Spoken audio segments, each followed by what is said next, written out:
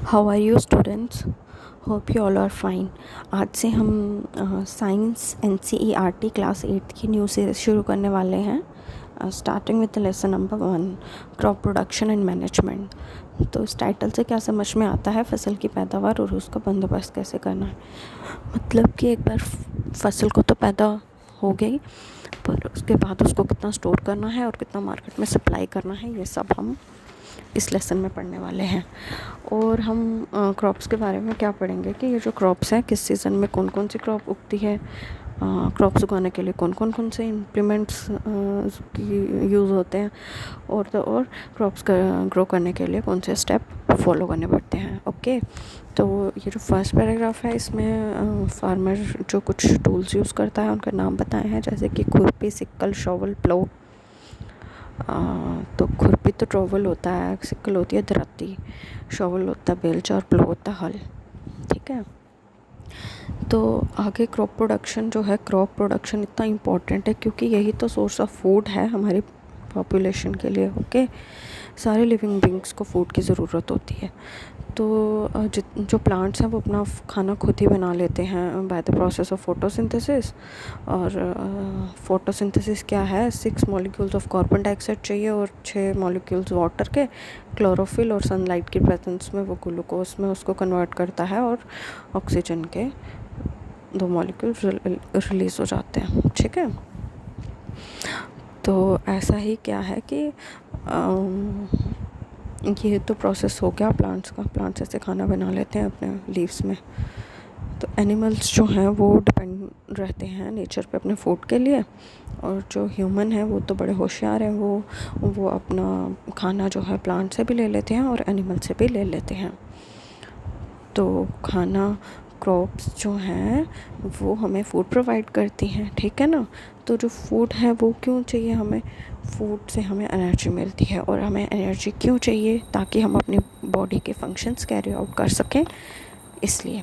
तो जो human body भगवान जी ने बनाई है, तो इसको अपने काफ़ी सारे फंक्शंस कैरी आउट करने पड़ते हैं जब हम खाना खाते हैं। Digestion, respiration, excretion etcetera. तो इन सबको कैरी आउट करने के लिए हमें एनर्जी चाहिए, और वो कहाँ से मिलती है? फूड से। तो अब आपको पता है इंडिया कितनी वास्ट कंट्री है, इतनी बिग पॉपुलेशन है इंडिया में। तो इतनी पॉपुलेशन को खाना प्रोवाइड करना कोई छोटी बात नहीं है। तो इसलिए फूड जो है वो काफ़ी लार्ज स्केल में प्रोड्यूस करना पड़ता है, और इतनी पॉपुलेशन को खाना प्रोवाइड करने के लिए रेगुलर प्रोडक्शन, प्रॉपर मैनेजमेंट और डिस्ट्रीब्यूशन जो है बहुत ज़रूरी है। एक बहुत इम्पोर्टेंट काम है ये उस कंट्री के लिए। ओके, तो अब हम पढ़ेंगे कि ये एग्रीकल्चर प्रैक्टिस कब से शुरू हुई है। अगर हम बात करें तो 10,000 साल BC में जो ह्यूमन था वो नोमैडिक था। वो एक जगह पे नहीं रहता था, वो यहाँ पर एक नदी का किनारा ढूंढा, वहाँ पे थोड़ी देर सेटल हुए, फिर वहाँ पे एनिमल्स वगैरह का शिकार किया, वो खाए, थोड़े फल फूल सब्जियाँ वगैरह खाई, तो बस ऐसे ही गुजारा करता था। लेटर जब उसने सेटल होना शुरू किया, जब उसने क्रॉप्स उगाने शुरू की, फिर उसने सेटल होना भी शुरू कर दिया। तो बस ऐसे ही एक एग्रीकल्चर का बर्थ हो गया।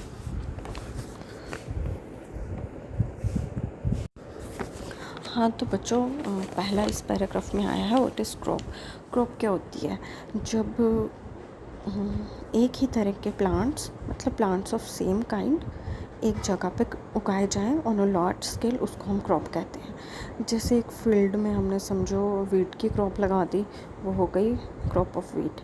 एक फील्ड में हमने पैडी की क्रॉप लगा दी, वो हो गई क्रॉप ऑफ पैडी। तो आपको पता है क्रॉप्स डिफरेंट टाइप्स की होती है, कोई सीरियल्स की, कोई वेजिटेबल्स की, कोई फ्रूट्स की। तो अब इन्होंने, बुक वालों ने, क्रॉप्स को क्लासीफाई किया on the basis of seasons in which they grow. तो जैसे आपको पता है, मैंने पहले भी बताया, हमारी इंडिया इतनी बड़ी कंट्री है कि इसकी क्लाइमेटिक कंडीशंस हर स्टेट में अलग हो जाती है। तो इसलिए यहाँ पर वैरायटी ऑफ क्रॉप्स जो हैं वो उग सकती हैं, लेकिन on the basis of seasons in which they grow, इसको हमने डिवाइड किया है 3 टाइप्स पे। एक है खरीफ क्रॉप्स, और एक है मेजर। ब्रॉडली हमने दो पे इसको डिवाइड किया है, खरीफ क्रॉप्स है और एक रबी क्रॉप्स होती हैं। खरीफ क्रॉप्स वो होती हैं जिनको उगने के लिए बड़ा सारा पानी चाहिए, काफ़ी ज़्यादा इनको पानी चाहिए, इसीलिए ये ज़्यादातर उस मौसम में इनको उगाया जाता है, रेनी सीज़न में। ठीक है, और हमारे इंडिया में रेनी सीज़न ज़्यादा जून से लेकर सितंबर के महीने में होता है। तो कौन कौन सी क्रॉप्स हैं जिनको बहुत ज़्यादा पानी चाहिए उगने के लिए, जो अंडर खरीफ क्रॉप्स आती हैं, वो है पैडी, मेज, सोयाबीन, ग्राउंडनट और कॉटन। और सेकंड टाइप है रबी क्रॉप्स। रबी क्रॉप्स जो हैं ये वो वाली क्रॉप्स हैं जो विंटर सीज़न में उगाई जाती हैं, और हमारे इंडिया में विंटर सीज़न अक्टूबर से मार्च तक होता है, इसीलिए हम ये रबी क्रॉप्स जो हैं वो अक्टूबर से मार्च में इसको उगाते हैं। तो इसमें कौन कौन सी क्रॉप्स आती है, वीट, ग्राम, पी, मस्टर्ड, लिनसेट। जैसे कि दानों वाली हो गई ना, जैसे ये ग्राम, चने, पी, मटर, मस्टर्ड, इसमें से तेल निकलता है, वो सरसों। तो ये वीट, गेहूँ, ये सब ये दानेदार जो हैं ये विंटर सीज़न में उगाई जाती हैं।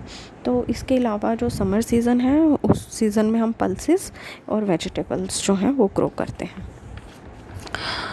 तो अब आगे हम बताएंगे कि अब हमने सिंपल ये बताना है कि क्रॉप्स को कल्टीवेट करने के लिए क्या क्या काम करना पड़ता है।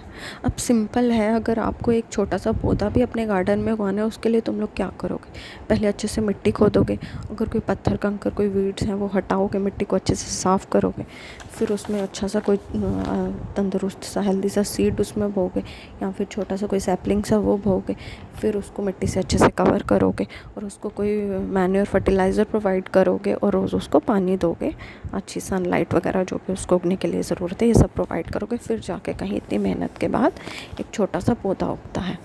तो ये ही सारे प्रोसेसेस जो हैं वो फार्मर भी फॉलो करता है, लेकिन ऑन ए लार्ज स्केल, क्योंकि उसको बड़ी तादाद में फसल पैदा करनी है।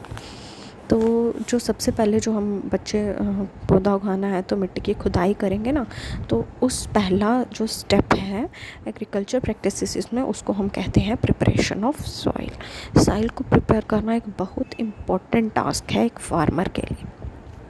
और उसमें क्या है, एक तो वो खुद भी खुदाई करता है मिट्टी की खुदाई करने से मिट्टी लूज़ हो जाती है, ढीली पड़ जाती है। इससे जब भी प्लांट उगेगा, इससे क्या फ़ायदा होगा कि जब भी प्लांट उगेगा उसकी रूट्स गहराई तक जाएंगी, स्ट्रॉन्ग होगा वो प्लांट, और तो और मिट्टी ढीली होगी तो हवा जाएगी और इससे मिट्टी के अंदर हवा अच्छे से पेनिट्रेट करेगी और जो रूट्स हैं वो अच्छे से ब्रीथ कर सकेंगे। और तो और सेकंड एडवांटेज क्या है इसका, जब हम खुदाई करेंगे तो मिट्टी के अंदर आपको पता है अर्थवॉर्म्स और माइक्रो ऑर्गेनिजम्स होते हैं, ये जो हैं ये फार्मर के फ्रेंड्स हैं, क्योंकि ये भी आगे फर्दर लूजनिंग ऑफ सॉइल में ये हेल्प करते हैं। ये ब्यूरो करेंगे अंदर, अर्थवॉर्म अंदर जाते हैं बाहर जाते हैं, इससे मिट्टी और ढीली होती है, तो और भी ढीली होती है, इससे ह्यूमस ऐड होता है हमारी मिट्टी में, तो हवा से ह्यूमस भी ऐड हो जाएगा। देखते हो ना, कोई भी चीज़ आपने ऐसे भी कोई चीज़ छोड़ी हो ओपन, तो बरसात के मौसम में हम कहते हैं मिक्सचर सीला हो जाएगा, मतलब उसमें ह्यूमस ऐड हो जाता है, इसलिए उसको टाइट कंटेनर। पर मिट्टी के अपोजिट में हमें उसको अच्छे से लूज़ भी करना है और उसमें ह्यूमस भी ऐड हो जाए, तो इसमें हमारे जो माइक्रो ऑर्गेनिजम्स हैं वो भी हमारी हेल्प करते हैं। तो फार्मर खुद भी करता है, तो ये करने से अर्थ फॉर्म्स और उनको भी ईज़िली वो भी और फर्दर लूज़न करते हैं।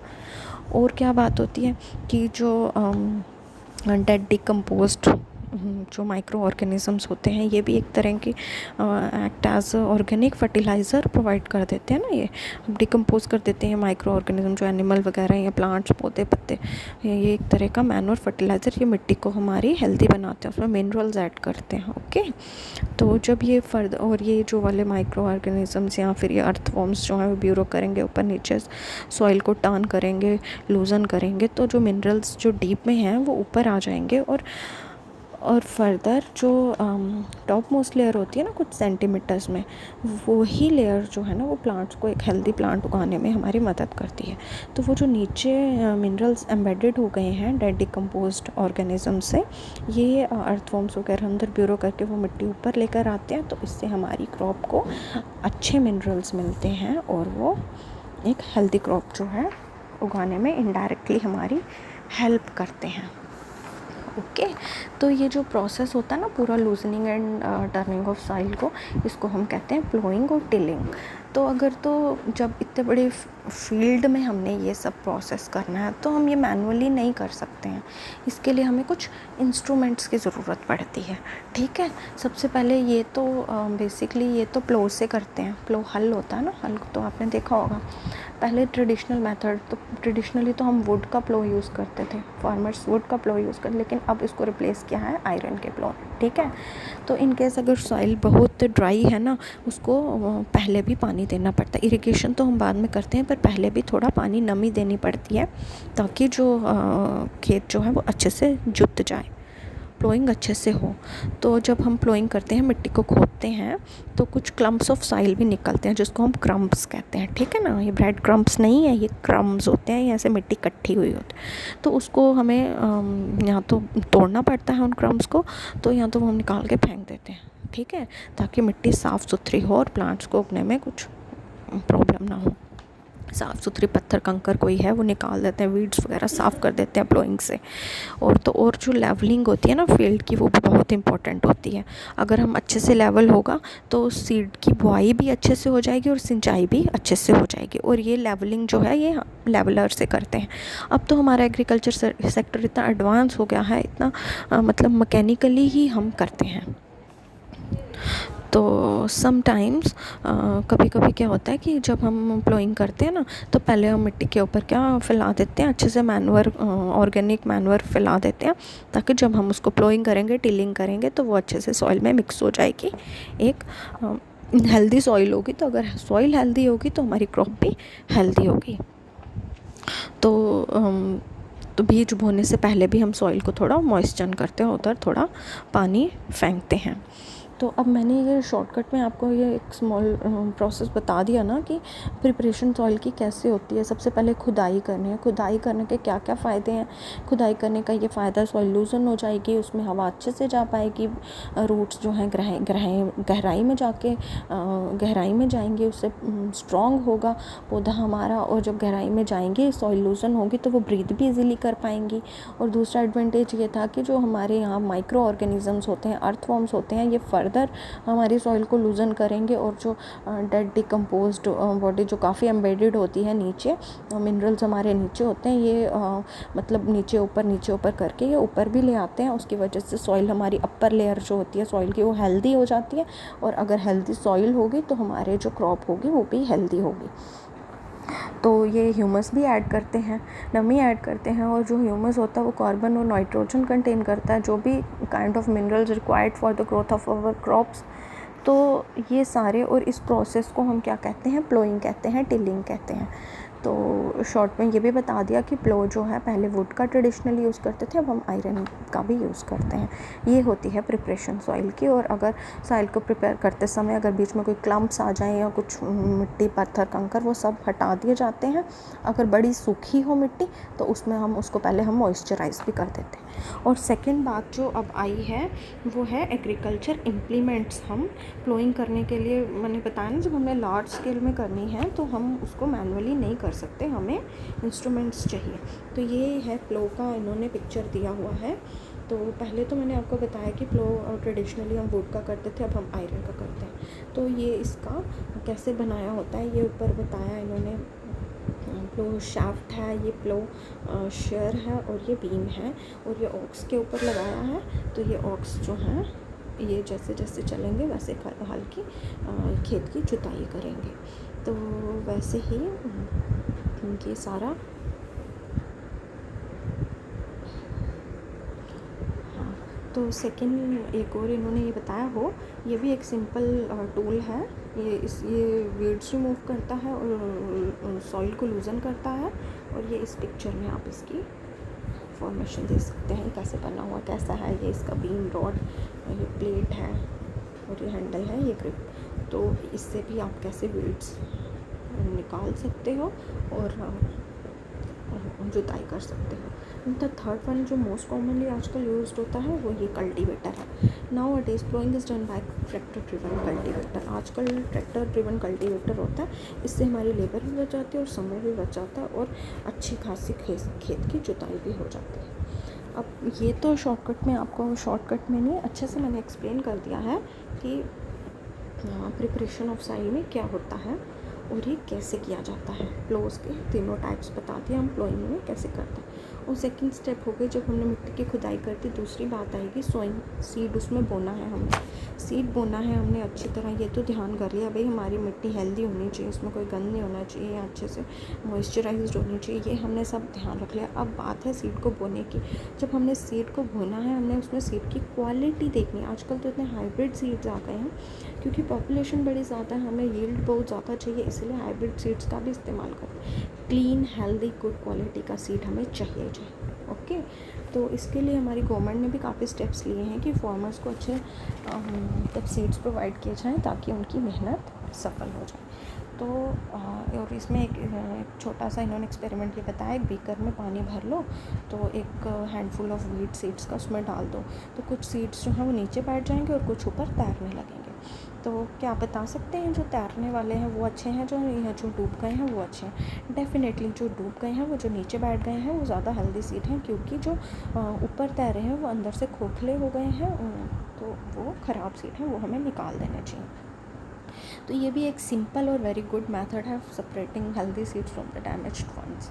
ठीक है, तो अब सोइंग खेतों में बीज बोने के लिए भी अब हम वो कैसे भी हो सकते हैं। तो बड़े बड़े खेतों में हाथों से तो हम बीज मैनुअली तो बोएंगे नहीं ना, कि हमें, तो इसके लिए सबसे पहले इन्होंने बताया ये ट्रेडिशनल मेथड है। इस पिक्चर में ट्रेडिशनल मेथड बताया हुआ है कि ये ऑक्स है, प्लो लगाया हुआ है, पीछे एक फनल सा है, नीचे एक पाइप है, फनल के बीच में वो सीड्स डालते जाते हैं और ऑक्स आगे आगे भागते जाएंगे और वो सारी वन लाइन में सीड जो है वो सेटल हो जाएंगे सॉइल में। और सेकंड मेथड जो है इन्होंने बताया है वो है सीड ड्रिल। ये जो आजकल मोस्ट कॉमनली यूज मेथड है। तो इससे क्या होता है, जो सीड्स हैं वो यूनिफॉर्मली इक्वल डिस्टेंस में और अच्छी खासी डेप्थ के अंदर जाते हैं और यूनिफॉर्मली जो हैं वो सेट हो जाते हैं सॉइल में। तो ये इसमें ये भी इंश्योर करता है कि जो सीड हैं वो अच्छे से मिट्टी से कवर हो जाए ताकि बर्ड्स उनको खा ना पाएँ, क्योंकि अच्छे से जब मिट्टी के नीचे काफ़ी कुछ डेप्थ में जाके सीड डलेगा तो बर्ड्स को दिखेगा नहीं। तो इससे भी हमारे टाइम और लेबर दोनों बचती हैं। ओके, और दो सीड्स जब हम बोते हैं ना तो उनके बीच में भी अप्रोप्रिएट डिस्टेंस होना चाहिए, नहीं तो ओवर क्राउडिंग हो जाएगी तो एक भी प्लांट को अच्छे से नरिशमेंट नहीं मिलेगा। ठीक है, नरिशमेंट नहीं मिलेगा, सनलाइट नहीं मिलेगी, न्यूट्रिएंट्स नहीं मिलेंगे, वाटर, तो वो अच्छे से उग नहीं पाएंगे। इसलिए ओवर क्राउडिंग भी हमें जो है वो अवॉइड करनी होती है। और नेक्स्ट स्टेप क्या है, सोइंग के बाद हमने मैन्योर और फर्टिलाइज़र्स, अब हमने सीड भी बो दिया भाई, अब हमने उसमें उसकी न्यूट्रिएंट्स वैल्यू का भी ध्यान रखना है ना, उसमें कुछ उसको खाना पानी भी देना है, तो वो क्या है, मैन्योर और फर्टिलाइज़र के फॉर्म में हम उसको न्यूट्रिएंट्स प्रोवाइड करते हैं। जो मैन्योर होता है वो ऑर्गेनिक फर्टिलाइज़र है और जो दूसरे और कुछ केमिकल फर्टिलाइज़र्स भी हम अपने जो मिट्टी है उसको प्रोवाइड करते हैं, अपने सीड्स को प्रोवाइड करते हैं।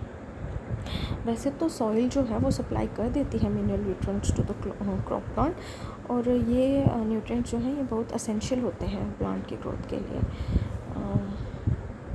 और कुछ एरियाज़ में ऐसा है कि प्लांट्स जो फार्मर जो हैं क्रॉप के ऊपर क्रॉप उगाते जाते हैं एक फील्ड में, तो ऐसा है कि फील्ड के लिए बड़ा वो जो फील्ड है वो बड़ा अनहेल्दी हो जाता है, क्योंकि उसकी जो न्यूट्रिशनल वैल्यू है वो बड़ी ख़त्म हो जाती है, क्योंकि क्रॉप्स एक ही टाइप की क्रॉप हम उगाते जाते हैं। इसके लिए हम हमें क्या करना पड़ता है, वहाँ मैन्योर ऐड करना पड़ता है ताकि सॉइल को ताकि सॉइल में वापस अपने न्यूट्रिएंट्स जो हैं, मिनरल्स जो हैं वो आ जाएं। तो इसको हम कहते हैं मैन्योरिंग, कि जब हम सॉइल को प्रोवाइड करते हैं, मैन्योर्स खाद्य पदार्थ जो हैं वो प्रोवाइड करते हैं ताकि सॉइल जो है वो अपनी फर्टिलिटी लूज़ ना कर दे because of growing of crops again and again. तो हम उसको मैन्योर प्रोवाइड करते हैं और इस प्रोसेस को हम मैन्योरिंग कहते हैं, क्योंकि अगर हम उसको अच्छे से खाना पानी नहीं देंगे तो वो भी हमें वीक प्लांट्स ही देगी ना। तो मैन्योर क्या होता है, ये एक तरह का ऑर्गेनिक सबस्टेंस है जो कि डिकम्पोजिशन ऑफ प्लांट्स और एनिमल वेस्ट से बनाया जाता है। ठीक है ना, काउ डंग केक्स वगैरह ये तो आप जानते ही हैं। तो फार्मर्स क्या करते हैं, प्लांट्स और एनिमल का वेस्ट जो है पिट बना लेते हैं, उसमें डंप करते जाते हैं और उसको वो माइक्रो ऑर्गेनिज्म उनको डिकम्पोज करते हैं। तो ये जो डिकम्पोज्ड वो होता है ना by the micro decomposed waste of plants and animal by the microorganisms, इसको as a organic manure use किया जाता है और ये बहुत हेल्दी होता है। ओके, और ये आपने पढ़ा भी होगा पिछले लेसन्स में।